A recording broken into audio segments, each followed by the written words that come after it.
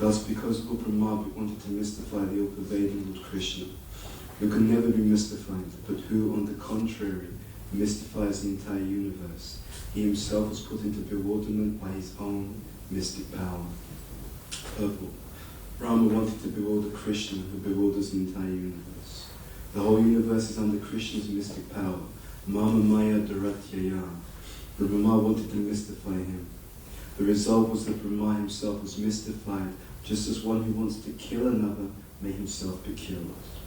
In other words, Brahma was defeated by his own attempt. In a similar position are the scientists and philosophers who want to overcome the mystic power of Krishna. They challenge Krishna saying, "What is God? We can do this and we can do that." But the more they challenge Krishna in this way, the more they are implicated in suffering. The lesson here is that we should not try to overcome Krishna. Rather, instead of endeavoring to surpass him, we should surrender to him. Sarvadhamma Parityajya Mamekam Sharanam Vraja. Instead of defeating Krishna, Brahma himself was defeated, but he could not understand what Krishna was doing. Since Brahma, the chief person within this universe, was so bewildered, what is to be said of so-called scientists and philosophers? Sarvadhamma Parityajya Mamekam Sharanam Vraja. We should give up all our tiny efforts to defy the arrangement of Krishna. Instead, whatever arrangements he proposes, we should accept. This is always better, but this will make us happy. The more we try to defeat the arrangement of Krishna, the more we become implicated in Krishna's Maya. Devyesha Gunamayi Mama Maya Duratyaya. The one who has reached the point of surrendering to the instructions of Krishna, Mamevaya Prapadyante, is liberated, free from Krishna Maya. Mayamentam Tarantite. The power of Krishna is just like a government that cannot be overcome. First of all, there are laws, and then there is police power, and beyond that is military power. Therefore, what is the use of trying to overcome the power of the government? Similarly, what is the use of trying to challenge Krishna?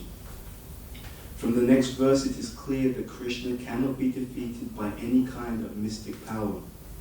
If one gets even a little power of scientific knowledge, one tries to defy God. But actually, no one is able to bewilder Krishna. When Brahma, the chief person within the universe, tried to bewilder Krishna, he himself was bewildered and astonished. This is a position of the conditioned soul. Brahma wanted to mystify Krishna, but he himself was mystified. The word Vishnu is significant in this verse.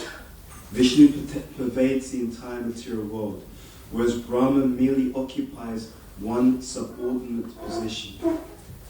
Isyeka nish vashita kalam abalamya jivanti loma vila jagadanda nataha. Brahma Samhita 5:48.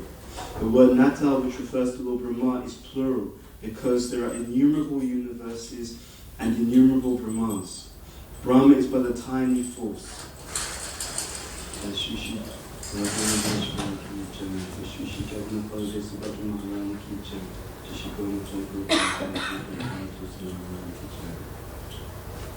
Brahma is but a tiny force.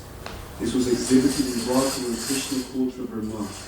One day Brahma came to see Krishna at Dwarka, the doorman, and one day when Brahma came to see Krishna at Dwarka, the doorman at Lord Krishna's request asked, "Which Brahma are you?" Later, when Brahma inquired from Krishna whether this meant that there were more than one Brahma, Krishna smiled and at once called for many Brahmas from many universes.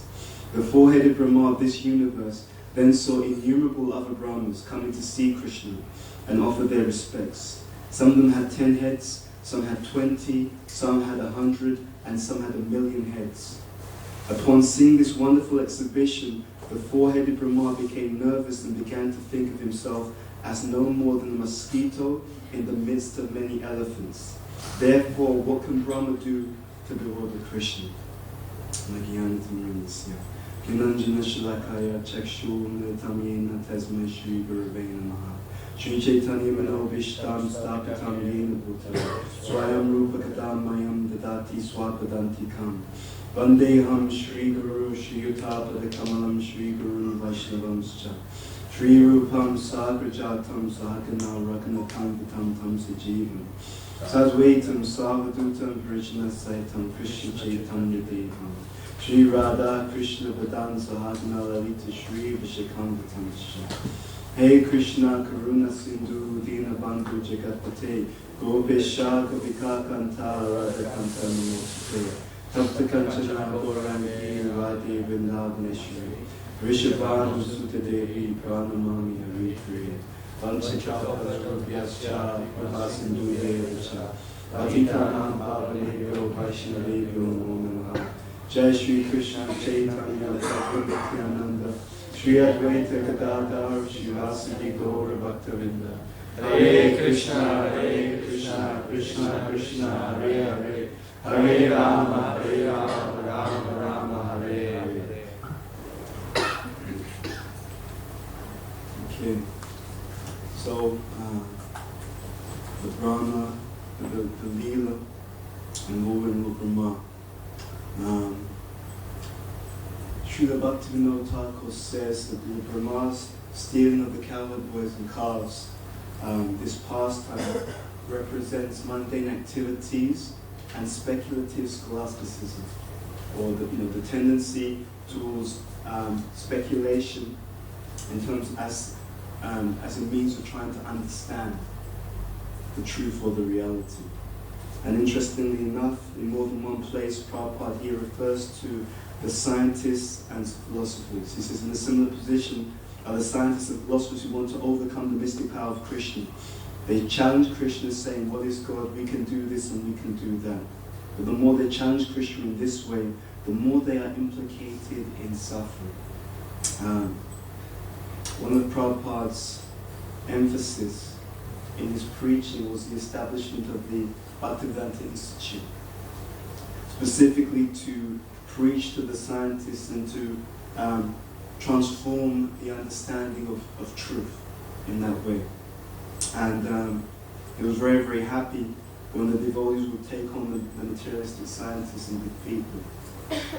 Here Lord Brahma is being rewarded, and he's challenged Krishna.